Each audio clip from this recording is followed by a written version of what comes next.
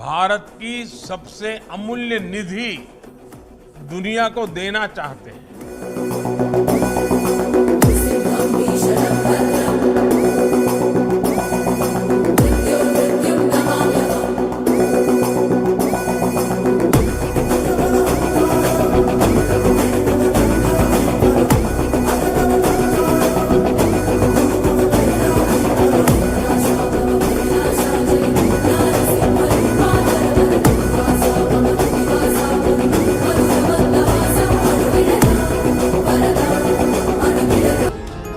भारत गुलामी के गहरे गर्त में फंस गया था।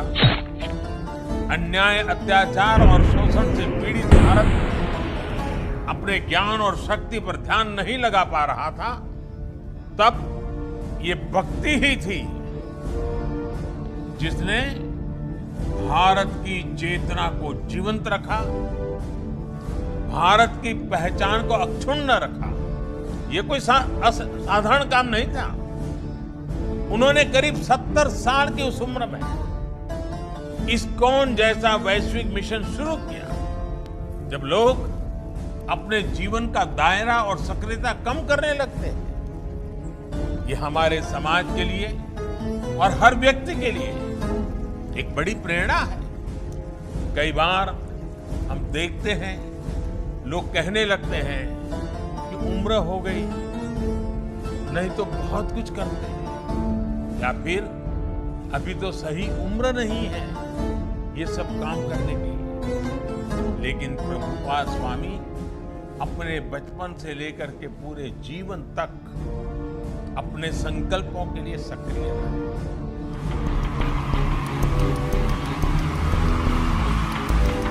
So why not spread this movement in India?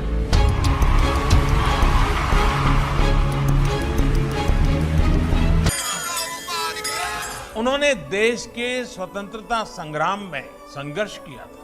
उन्होंने असहयोग आंदोलन के समर्थन में स्कॉटिश कॉलेज से अपना डिप्लोमा तक लेने से मना कर दिया।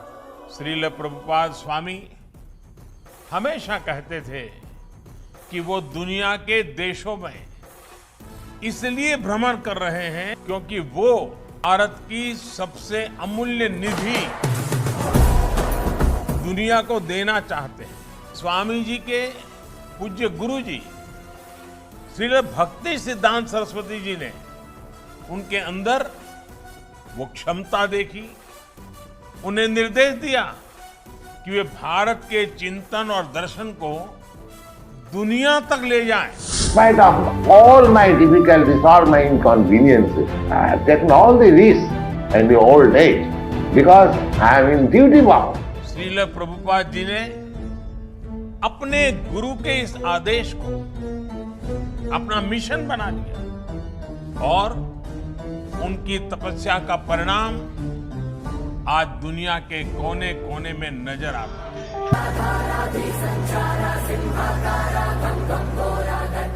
अगर प्रभुपाद जी ने अकेले विश्व को इतना कुछ दिया है, तो जब हम सब उनके आशीर्वाद से एक साथ प्रयास करेंगे तो कैसे परिणाम आएंगे। हम जरूर मानवीय चेतना के उस शिखर तक पहुंचेंगे जहां से हम विश्व में और बड़ी भूमिका निभा सके, प्रेम के संदेश को जन जन तक पहुंचा सके। अधिकारियों को, बिजनेसमैन को इस्कॉन के हरे कृष्ण मूवमेंट की सफलता का उदाहरण देता हूं। हम जब भी किसी दूसरे देश में जाते हैं और वहां जब लोग हरे कृष्ण बोलकर मिलते हैं तो हमें कितना अपनापन लगता है, कितना गौरव भी होता है। 11 सालों में दुनिया ने जो कुछ देखा, श्रद्धेय अटल जी के शब्दों में कहें तो अटल जी ने इनके विषय में कहा था, वो किसी चमत्कार से कम नहीं था।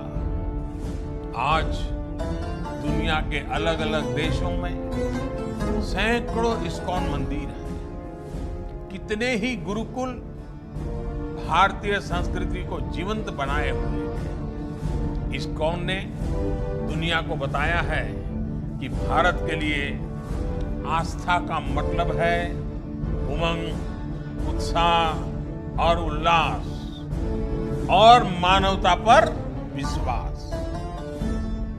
आज अक्सर दुनिया के अलग अलग देशों में लोग भारतीय वेशभूषा में कीर्तन करते दिख जाते हैं। कपड़े सादे होते हैं, हाथ में ढोलक, मंजीरा जैसे वाद्य यंत्र होते हैं, हरे कृष्ण का संगीतमय कीर्तन होता है और सब एक आत्मिक शांति में झूम रहे होते हैं। लोग देखते हैं तो उन्हें यही लगता है कि शायद कोई उत्सव या आयोजन है, लेकिन हमारे यहाँ तो ये कीर्तन, ये आयोजन जीवन का सहज हिस्सा है। उनको, इससे जुड़े सभी भक्तों को आपके इस सेवा यज्ञ के लिए बहुत बहुत शुभकामनाएं देता हूं कि पूरी दुनिया में भारतीय आदर्शों और संस्कारों के ब्रांड एम्बेसडर की भी भूमिका निभा रहे हैं। भारत का शाश्वत संस्कार है सर्वे भवन्तु सुखिनः, सर्वे सन्तु निरामय। यही विचार इस्कॉन के जरिए आज आप सभी का, लाखों करोड़ों लोगों का संकल्प बन चुका है।